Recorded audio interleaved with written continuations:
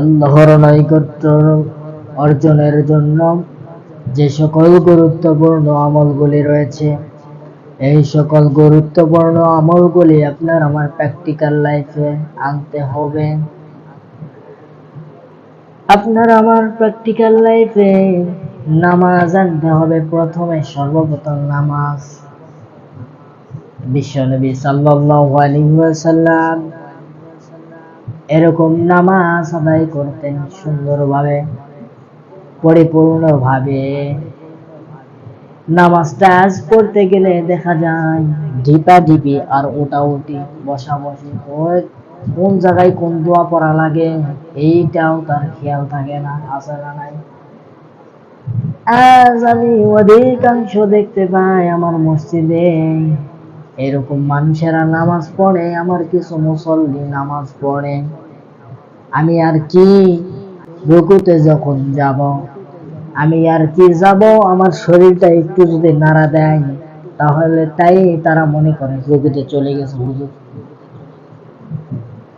আগে তারা এরকম রুকুতে চলে যায়, আমি আর কি যাব, এরা আমার আগেই রুকু করে ফেলে। আমি যদি রুকু থেকে উঠে ফেলি, উঠার আগ মুহূর্তেই তারা উঠে ফেলে। আমি যখন সেজদায় চলে যাই, সেজদায় যাওয়ার আগে এরা আমার শরীরটা নাড়াচাড়া দেখতে পাওয়ার সাথে সাথে এরকম চলে যায়।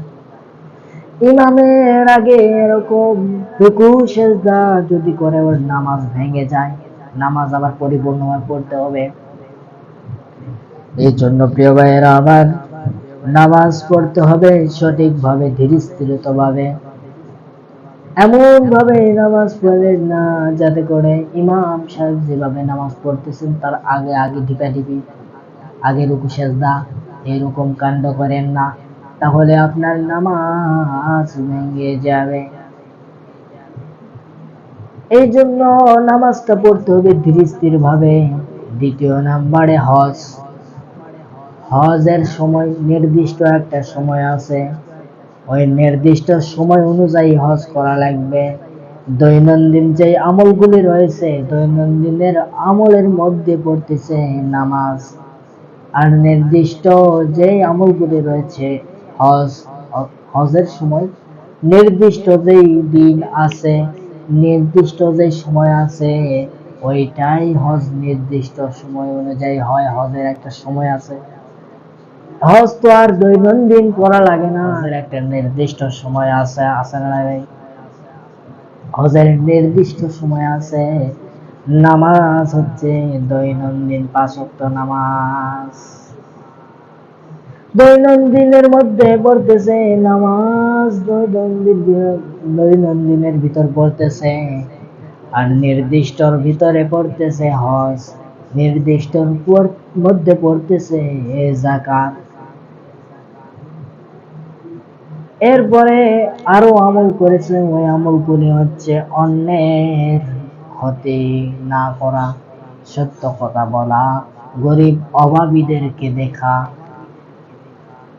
আপনার পাশের বাড়ির মধ্যে, আপনার পাশের বাড়ি গরিব, কয় বেলা খায় তাও আপনি টের পান না। আপনি ঠিকছে তরকারি খাইতেছেন 5 বেলা, আপনি হাউস মিঠা খাইতেছেন আর এরকম পেট ফোলা করে বেড়াইতেছেন, কিন্তু আপনার পাশের বাড়ি গরিব দুঃখী তাদেরকে আপনি দেখতেছেন না।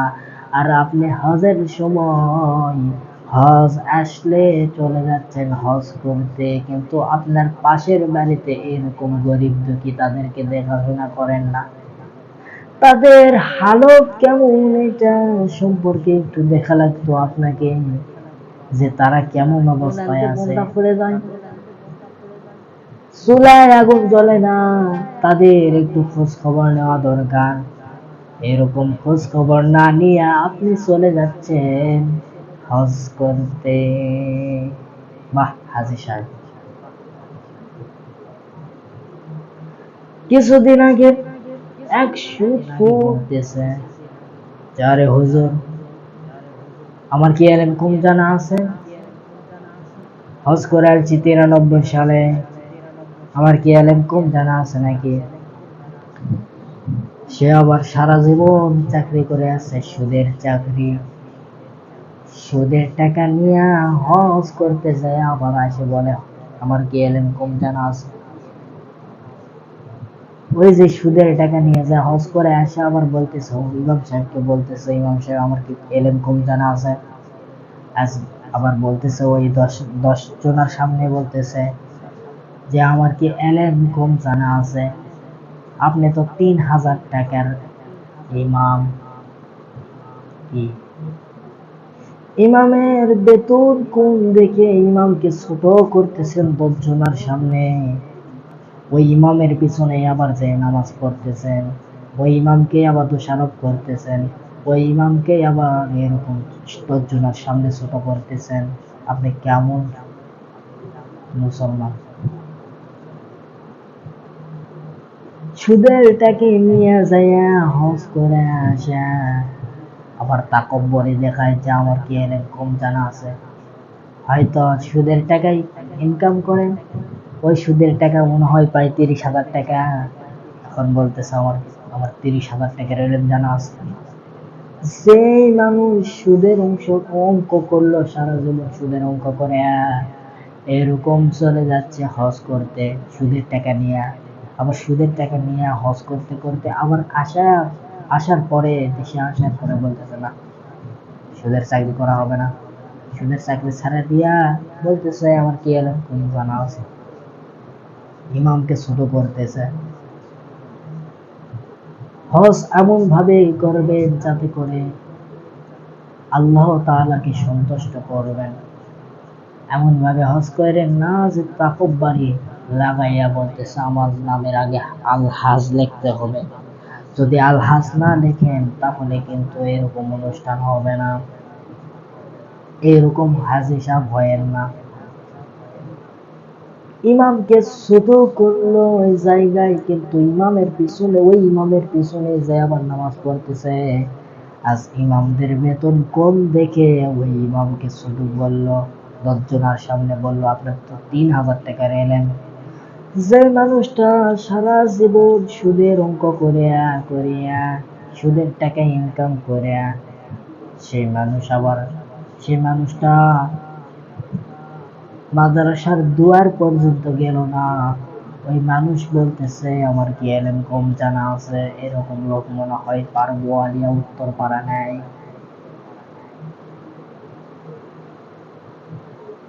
এরকম লোক অনেক আছে। ওই বেটা আবার মসজিদে ক্যাশিয়ারি করে, ওই বেটা আবার হিসাবপত্র করতে করতে সেন্স থাকে না, মানসিক শান্তি পায় না। কেন পায় না? যৌন হারিয়ে যাচ্ছে, মানসিক শান্তি পায় না, অনেক বিগড়িয়ে যাচ্ছে। কেন যাচ্ছে জানে?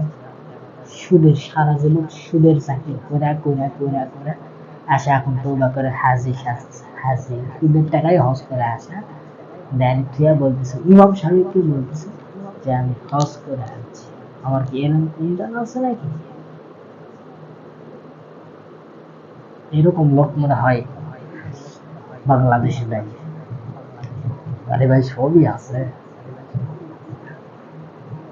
আচ্ছা আচ্ছা আচ্ছা, অন্যের ক্ষতি করা যাবে না, সত্য কথা বলা লাগবে। আজ নাই বিচার সমাজে যদি থাকতো, তাহলে ন্যায় বিচার করলেন এই রাষ্ট্রটা ভালো মতো টিকতো। আর হাসিনা এরকম ন্যায় বিচার করে নাই এই জন্য রাষ্ট্রটা কেমন ফোকলা হয়ে গেছে, দেশটাকে ফোকলা করে ফেলছে।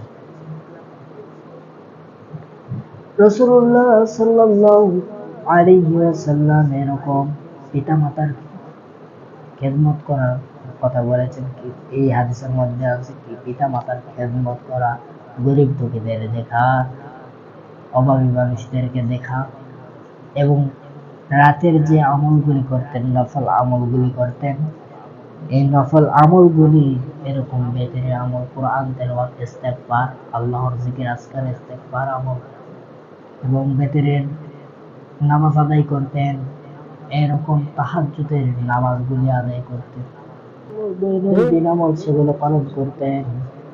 আর হজের সময় হজ করতেন, জাকাতের সময় জাকাত দিতেন। জাকাত একটা নির্দিষ্ট সময় আছে, ওই নির্দিষ্ট সময়ে দিয়ে দিতেন।